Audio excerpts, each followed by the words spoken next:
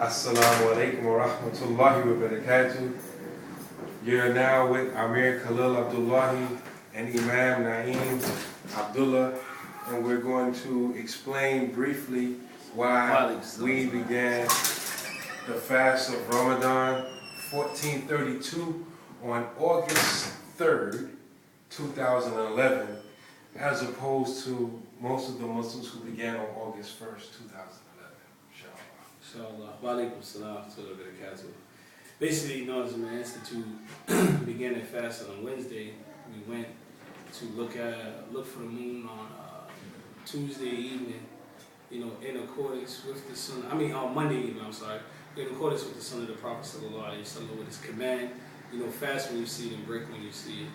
And so we went out on our 30th night, or 29th day, 30th night, to look for the hilal for the month of Shahr Ramadan, despite of the pre-calculated and predetermined date of August 1st, where there were numerous reportings, and where you find there was conflict in some of the reportings, like in Houston, Texas, where there were people arguing back and forth, conflicting on whether it was actually a sighting or whether it was not a sighting, and there's many people who's making disclaimers about a lot of the sightings.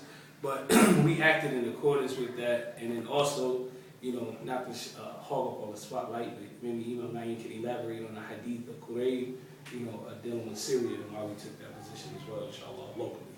MashaAllah, it's a well-known hadith that you can find in Sahih Muslim, in the book of Ramadan, and as we say in Sahih Muslim, is narrated by Qurayb, who said that he traveled to Syria on behalf of Fadl bint Harith to take care of some business with Muawiyah.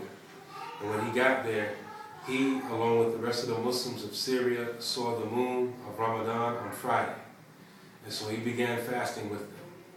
When he came back to Medina, Abdullah ibn Abbas radiallahu ta'ala anhuma questioned him about that. And he said, yes, I saw the moon on Friday. Muawiyah saw it, and everybody, and we started fasting. And he said, yeah, well, here we saw it on Saturday. And so Qurayb said, is not the fasting and the sighting of Muawiyah sufficient for you? And Abdullah ibn Abbas said, La, hakadha amarana Rasulullahi sallallahu alayhi wa sallam. He said, no, this is how the Messenger of Allah sallallahu alayhi wa sallam commanded us. And that's where the text of the hadith stops. Imam Muslim gives his hukum, his legal judgment of this hadith in the chapter title, where he says every city or every village has its own sighting, and the sighting of one village or one city cannot be opposed on another sighting, on another city, excuse me. And this was the position of the Messenger of Allah sallallahu alaihi wasallam. This was the position of all the Sahaba. This was the position of Imam Nawawi, who rahimahullah, who commented on this hadith and refused all of the other positions with this hadith. No. And Syria and Medina are about 600 miles away from each other. In modern language, they're in the same time zone. When Fajr comes in one place, it comes in at the other place. But yet they have their own sightings. And so this is what the Prophet ﷺ practiced. We at Nur Uz Zamaan Institute, we reject calculations outright flatly. No apology. No, that's a straight innovation. It's a haram innovation. We reject that, because they're going against the text of the Quran and the text of the Sunnah. The Prophet ﷺ didn't say fast when you calculate it and break when you calculate it. He said fast when you see it, sumuli ru'yatihi wa afdulu li ru'yatihi, and break when you see it. We don't care when the moon is born. We care when you can see it. That's what the Prophet ﷺ said.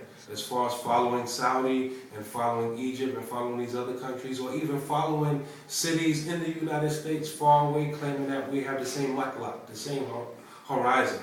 And we're not going to get into all those different opinions, but we know for surety that the Prophet ﷺ did not practice that.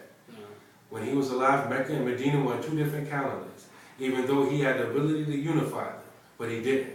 And so we, adhere to the sunnah of the Prophet ﷺ. That's one sunnah that we have the ability to practice, and that's what we hold on to. So we go out and we sight the moon every month, And our calendar, based upon our local sightings here in the city of Philadelphia, was actually 2 days behind the calculated calendar. And even the pretend bootleg sighters that only cite for Sha'ban and Shawwal and Ramadan. They don't look through the rest of the year. They hang out in the coffee shops and, we're gonna go with that fast. No. If you don't cite your moon the whole year round, you're dependent on somebody else. You have to pick up where their calendar leaves off at. And so, mashallah, so. And the thing is that, we mentioned this one last thing important, is that, adding on to what Naeem was saying, is basically that your fasting has to be, when you're accepting someone else's sighting, they have to be upright witnesses. They don't have to know the exact visibility curve and which way the horns are facing. One thing that we have to know is that they're Muslim, and the second that they're upright and truthful. They have veracity to them. And basically, a lot of these sightings, there's no verification with these sightings. People are just sitting at home in a state of heedlessness and just basically, I'm just going to accept any sighting, the first sighting that goes. So this is why Nur Uz Zamaan Institute chose to stick with an absolute local sighting. Assalamu alaikum wa rahmatullahi wa barakatuh.